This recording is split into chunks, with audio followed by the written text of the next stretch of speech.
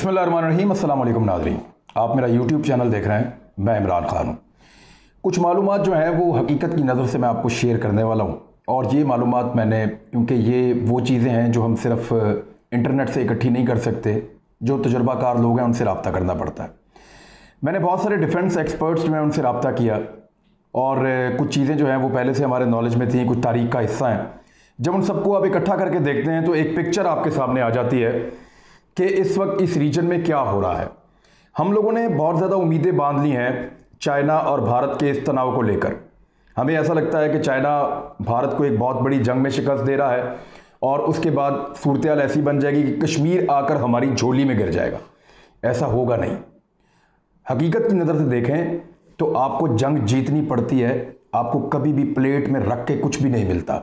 ये दुनिया, यहाँ पे आपको मेहनत करनी पड़ती है, लड़ाई लड़नी पड़ती है, तलवार उठानी पड़ती है अपने हक के लिए, फिर जाके आप जंग जीतते हैं। और बगैर लड़े यहाँ कुछ भी नहीं मिलता, क्योंकि दुनिया जो है वो आलमुल असबाब है। यहाँ पे सबब बनाना पड़ता है, जोर लगाना पड़ता है, तब कामयाबी मिलती है। मैं कुछ एक दो वाक़यात आपके सामने माजी के रख देता हूँ, ताकि कुछ अगर हमारी गलत फहमियाँ हैं कि हमें प्लेट में रख के कश्मीर की आज़ादी मिल जाएगी या चाइना हमारे लिए लड़ाई कर रहा है इंडिया के साथ, तो हमारी वो गलत फहमी कुछ हद तक दूर हो जाए। देखिए, हमें अच्छा तो बहुत लग रहा है, क्योंकि दुश्मन का दुश्मन दोस्त होता है और चाइना तो वैसे भी हमारा एक बहुत अच्छा दोस्त है। सी पैक में हमारे साथ एक शराकतदार है। मैं चाइना पे तनकीद नहीं कर रहा, लेकिन मैं आपको हकीकत बताना चाह रहा हूँ। हमें हकीकत की नज़र से देखना होगा। और बहुत सारे लोगों ने मेरे से रब्ता किया और वो इसके बारे में जानना चाहते थे। तब मैंने बाकायदा इसमें रिसर्च इकट्ठी की है। एक मैं आपको बताऊं, कारगिल की एक लड़ाई पाकिस्तान की और इंडिया की आखिरी लड़ाई थी, 1999 में हुई थी। जनरल रिटायर परवेज मुशर्रफ साहब ने प्लान की थी और उस लड़ाई में इंडिया को पाकिस्तान ने गर्दन से पकड़ लिया था। जाके इंडिया पाकिस्तान के नरहे में आ गया था और पाकिस्तान ऐसा लगता था कि कश्मीर को आज़ाद करवा कर छोड़ेगा। भारत ने अपनी बहुत बड़ी नफरी को लाकर कारगिल के इलाके में जमा करना शुरू किया, बल्कि भारत बहुत हैवी आर्टिलरी वहां पर लेकर आया और पाकिस्तान को जवाब देने की नाकाम कोशिश कर रहा था, क्योंकि भारत को वहां पे बहुत मार पड़ रही थी। पाकिस्तान ने उस बीच में जब चीन को यह कहा कि ये आपके पास मौका है, आप इससे फ़ायदा उठाइए और जो एरियाज आपके भारत के कंट्रोल में हैं, जो मुतनाज़ा इलाके हैं, उन पे अपना कंट्रोल ले लीजिए। अगर उस वक्त चीन ऐसा करता तो भारत को डबल फ्रंट खुल जाते। भारत को जाकर लद्दाख में और सिक्किम में भी लड़ाई करनी पड़ती लाइन ऑफ एक्चुअल कंट्रोल पे, और जहां कारगिल में भी उसकी लड़ाई होती, तो भारत इतनी बुरी तरह एंगेज होता कि कश्मीर आज़ाद हो जाता। लेकिन चीन ने उस वक्त कहा कि यह मुनासिब वक्त नहीं है। हालांकि चीन ने इससे फ़ायदा उठाया। पेंगोंग लेक के आसपास जो एक ट्रैक बना हुआ है वो 99 में इसी से फ़ायदा उठाकर चीन ने बनाया था। लेकिन उसके बाद चीन वापस चला गया अपनी पुरानी जगह पे और इंडिया ने अमेरिका से कहकर पाकिस्तान पे दबाव डलवाया। पाकिस्तान पे जो दबाव बढ़ा, जब चीन भी पाकिस्तान के साथ खड़ा नहीं हुआ तो पाकिस्तान को पीछे जाना पड़ा। और जब पीछे जाने का एक पॉलिटिकल फैसला था, उसमें पाकिस्तानी फ़ौज का बहुत नुकसान भी हुआ था और हमें आज भी वो वक्त याद है। तो क्या हम इस मरतबा चीन पे इतना बड़ा इंसार कर सकते हैं? यही सवाल चीनी भी पूछते हैं, क्योंकि 1962 की जंग में, जब चीन की और इंडिया की जंग हो रही थी 1962 में, इस लंबे लाइन ऑफ एक्चुअल कंट्रोल के ऊपर, तब तो ये लाइन ऑफ एक्चुअल कंट्रोल नहीं थी, बाद में इसका ये स्टेटस बना है। उस वक्त जब चीन की और इंडिया की जंग हो रही थी तो चीन ने पाकिस्तान को दावत दी थी कि आपके पास ये मौका है, आप उस तरफ से कश्मीर के ऊपर जो है वो कंट्रोल कर सकते हैं और कश्मीर की आज़ादी का आपका ख्वाब आज पूरा हो सकता है। लेकिन पाकिस्तान को उस वक्त अमेरिका ने अयूब खान साहब को कहा कि आपका मामला हम अक़वाम मुत्तहिदा के ज़रिए से हल करवा देंगे, किसी लड़ाई में जाने की कोई ज़रूरत नहीं है। तो पाकिस्तान अमेरिका की बातों में आया और चीन की बात पाकिस्तान ने नहीं मानी। और चीन को भी एक शिकवा पाकिस्तान से है, एक शिकवा पाकिस्तान भी चीन से कर सकता है।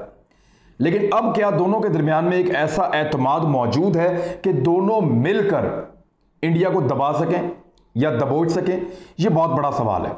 ये सवाल बड़ा इसलिए है कि मैं आपको एक चीज़ बता देता हूं कि चीन इस वक्त दुनिया की सबसे बड़ी उभरती हुई मईशत है और माशी ताकत होने के हवाले से ही वो पूरी दुनिया में जाना जाता है, फौजी ताकत के हवाले से नहीं।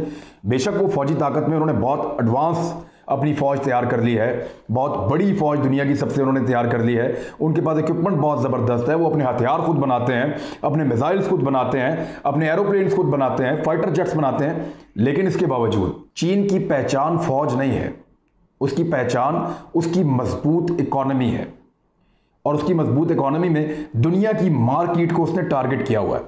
इंडिया की 132 करोड़ की मार्केट है, 1 अरब और 32 करोड़ या 132 करोड़।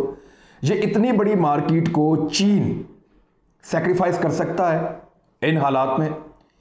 थोड़ा मुश्किल लगता है, क्योंकि 90 बिलियन डॉलर की तो सिर्फ एक उनकी ट्रेड हुई है 2017-18 में। 90 बिलियन डॉलर, इससे आधे पैसे चीन ने पाकिस्तान को दिए थे, तो पाकिस्तान छलांगे मार रहा था। सिर्फ इंडिया के साथ उनकी ट्रेड ये है 90 बिलियन डॉलर की, 2017-18 की मैं आपको बता रहा हूं। इसमें कुछ कमी हुई बाद में, और आजकल इसमें मजीद कमी हो रही है, लेकिन इंडिया की एक बहुत बड़ी मार्केट है, और इस जो दो तरफा ट्रेड है इसके अंदर ज्यादा फायदा चीन का है। यानी इसमें 63 बिलियन डॉलर चीन के हिस्से में आते हैं, बहुत कम पैसा इंडिया के हिस्से में आता है। तो चीन इतनी बड़ी मार्केट को क्या सेक्रीफाइस कर सकता है लंबे अरसे तक के लिए? तो उसका जवाब जो है वो चीन ही दे सकता है। जो माशी एक्सपर्ट्स हैं वो ये कहते हैं कि चीन इस चीज को मैनेज करने की कोशिश करेगा। चीन सी पैक के लिए इंडिया पे दबाव बढ़ा रहा है। चीन कुछ इकोनॉमिक कंडीशंस तय करना चाह रहा है इंडिया के साथ, और इस दबाव को बढ़ा के एक नई लाइन ऑफ एक्चुअल कंट्रोल के ऊपर आके दोनों मुल्क अगर एक जंग अवॉइड कर जाते हैं तो क्या होगा? तो यहां पे एक सेटलमेंट हो जाएगी इस खित्ते के अंदर, और उस सेटलमेंट का फायदा चीन को होगा, लेकिन पाकिस्तान का स्टेटस वही रहेगा जो है। फिर इंडिया पाकिस्तान को दबाने की दोबारा कोशिश करेगा। और याद रखिए, इंडिया ने प्लान किया हुआ था।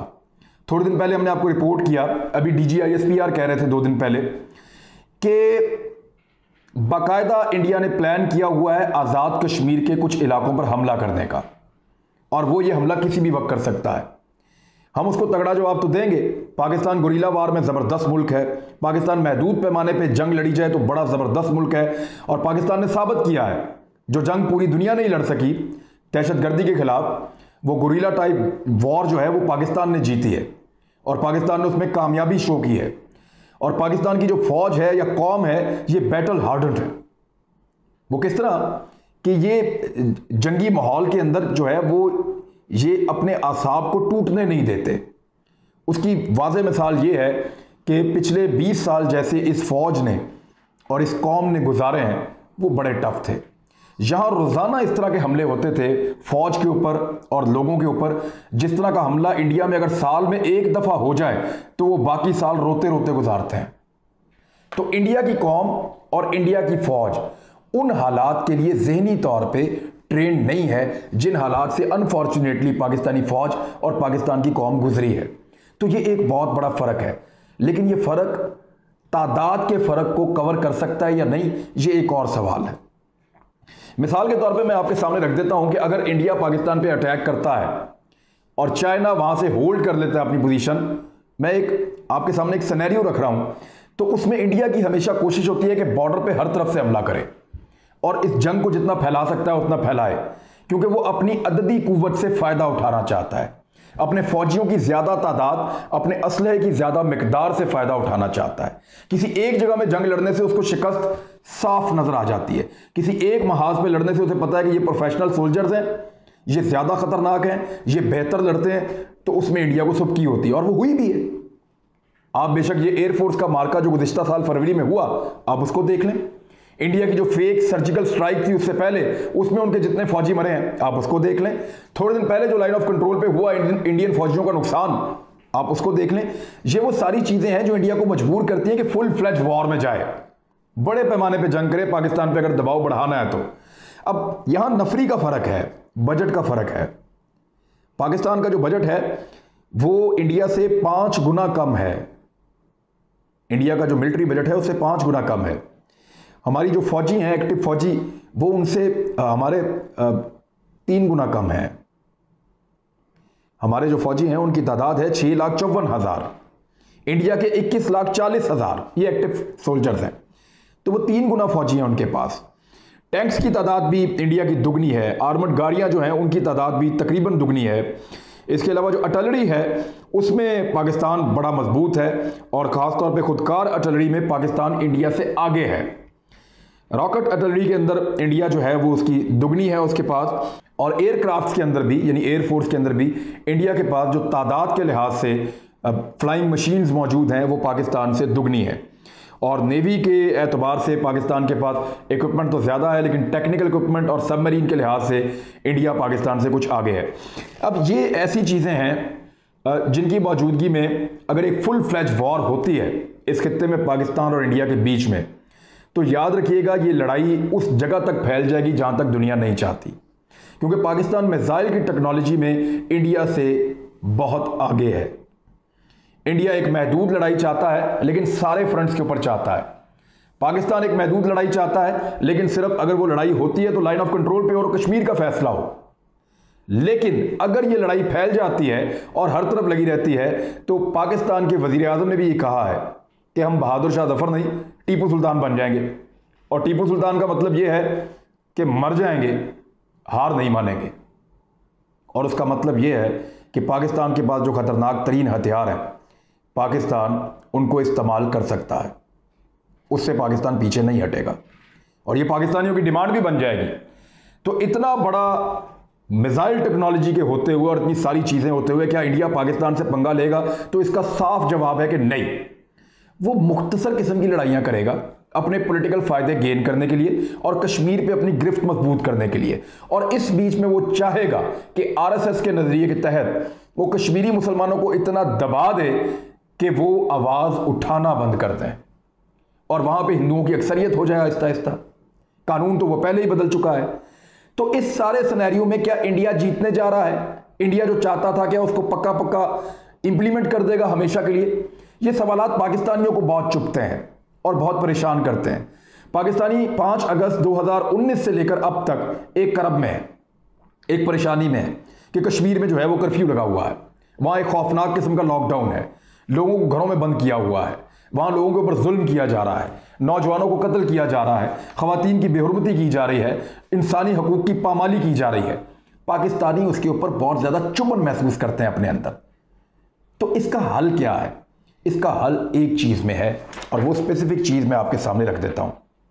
पाकिस्तान और चाइना अगर एक दूसरे के साथ एतमाद की एक फ़ज़ा कायम कर लें और इस बात को तय कर लें कि एतमाद के साथ एक दूसरे को धोखा नहीं देंगे और पीछे नहीं हटेगा दूसरा फरीक जब तक कि पहला फरीक इसके ऊपर राजी ना हो जाए, तो फिर यह मसला हल हो सकता है।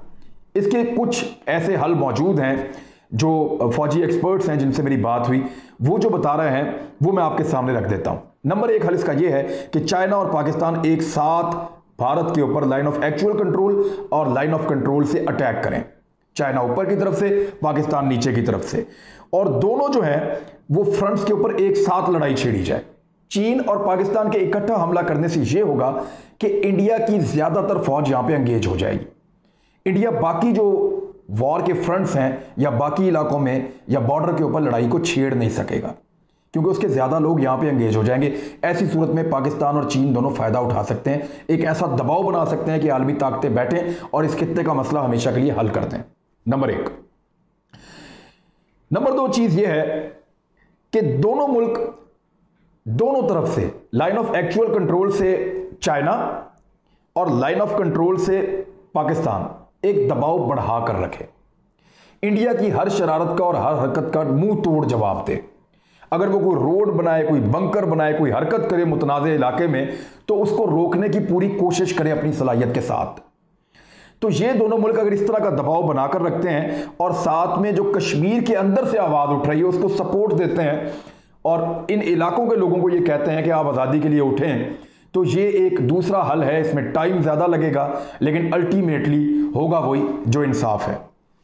तीसरी चीज़ ये है कि बैनुल अक़वामी सतह पे भारत में जो अक़लियतों के ऊपर मज़ालम हो रहे हैं, ख़ुसूसन जो कश्मीरियों के साथ वो जुल्म कर रहे हैं, जो ईसाई कम्युनिटी के साथ वो करते हैं, जो दलित के साथ वो करते हैं, इवन जो वहाँ पे आवाज़ उठा रहे हैं आजकल सिख कम्युनिटी के लोग, उन सबको सपोर्ट दी जाए।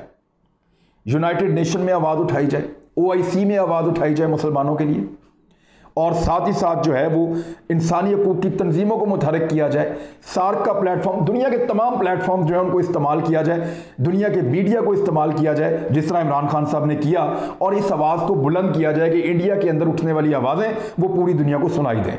नंबर 4 ये है कि भारत के अंदर इस वक्त बहुत सारी ऐसी तहरीकें चल रही हैं जो आज़ादी की तहरीकें हैं, और वो जो आज़ादी की तहरीकें हैं वो उनको सपोर्ट की जा सकती है। उन लोगों के साथ खड़ा हुआ जा सकता है, बैनुल-अक़वामी सतह के ऊपर भी और लोकल सतह के ऊपर भी उनको सपोर्ट करें अपनी इंटेलिजेंस के जरिए और दुनिया तक उनकी आवाज़ पहुंचाने के जरिए। इस तरीके से भारत को आप मजीद दबाव में ले सकते हैं। जो इंटरनल उसके ऊपर दबाव होगा उससे ज़्यादा कोई ज़बरदस्त दबाव नहीं हो सकता। पांचवी चीज़ यह है कि अगर आप इनमें से कोई भी काम करते हैं तो आप भारत को दबाव में ले लेंगे और भारत ये चाहेगा कि अगर चीन और पाकिस्तान को जब भी कभी वो देखेगा कि ये एक साथ मिलकर स्ट्रेटजी बना रहे हैं तो फौरी तौर पे भारत कोशिश करेगा आलमी ताकतों को बीच में डालने के लिए और सबसे पहले भागकर वो अमेरिका की गोद में जाएगा। जब भी इंडिया अमेरिका के पास जाएगा तो अमेरिका को पाकिस्तान और चीन अगर दोनों मिलकर करना चाहें तो बड़े आराम से टैकल कर सकते हैं, क्योंकि अमेरिका को अफगानिस्तान में पाकिस्तान की ज़रूरत है और पाकिस्तान के बगैर उसकी दाल गलती नहीं है। लिहाजा अमेरिका पाकिस्तान की बात मानेगा या अगर नहीं मानेगा तो कम से कम अपने आप को न्यूट्रल रखने की कोशिश करेगा। दूसरी तरफ चाइना और अमेरिका के जो ताल्लुकात हैं उसमें बहुत बड़ी तजारत इन्वॉल्व है। दुनिया के जिन इलाकों में सबसे ज़्यादा तजारत होती है, सबसे बड़ी ट्रेड होती है, वो चाइना और अमेरिका है। तो इतनी बड़ी ट्रेड को चाइना भी एक वेपन के तौर पे इस्तेमाल कर सकता है अमेरिका के साथ कि हमें जो है वो बायलैटरल हमारे एक दूसरे के साथ मफादात हैं। तो ये एक खित्ते के अंदर एक ऐसा मसला है जो यहाँ पे लॉ एंड ऑर्डर को ख़राब करता है बार बार और यहाँ की अमन और सलामती के लिए ठीक नहीं है। तो अमेरिका यहाँ पे अगर रोल प्ले ही करना चाहता है तो फिर रिजॉल्व के तौर पे आए, पार्टी बन के ना आए। तो अमेरिका को अल्टीमेटली उस नुक्ते पे आना पड़ जाएगा, क्योंकि इस वक्त चीन एक बहुत बड़ी इकोनॉमिक पावर है और पाकिस्तान इस खित्ते के अंदर बहुत स्ट्रेटेजिकली बहुत इंपॉर्टेंट एक मुल्क है। ये वो चीज़ें हैं जो चीन और पाकिस्तान के बीच में अगर एक अच्छी कोऑर्डिनेशन हो, दोनों का एक दूसरे के ऊपर ट्रस्ट हो, तो वो की जा सकती हैं। इसके लिए ज़रूरी यह है कि पाकिस्तान और चाइना इस बात को भूल जाएं कि पाकिस्तान ने 1962 में चीन का साथ नहीं दिया और 1999 में चाइना ने पाकिस्तान का साथ नहीं दिया। ये दोनों मुल्क एक एक मरतबा गलती कर चुके हैं और इस मरतबा इनको कुदरत ने एक मौका दिया है। अगर ये गलती ना करें तो इस खित्ते में ना सिर्फ ये जो एक वाहिद एरिया बीच में पड़ा हुआ है कश्मीर का, ना सिर्फ उन लोगों को आज़ादी मिल जाएगी बल्कि हमेशा के लिए इस खित्ते के अंदर अमन और सलामती की एक गारंटी भी हो जाएगी। ये चीज़ें थी कुछ, इसमें मेरी ओपिनियन भी शामिल थी, मैं आपको पहले बता दूं, और कुछ बहुत सीनियर लोग हैं उनकी ओपिनियन शामिल थी, मैंने जिनसे बात की तो ये चीज़ें मैंने आपके सामने रख दी। आप इनसे इत्तफाक कर सकते हैं, आप इख्तलाफ भी कर सकते हैं। अपना ख्याल रखिएगा, हमारे चैनल को लाइक करें, सब्सक्राइब करें, दोस्तों के साथ शेयर करें। अल्लाह हाफ़िज़।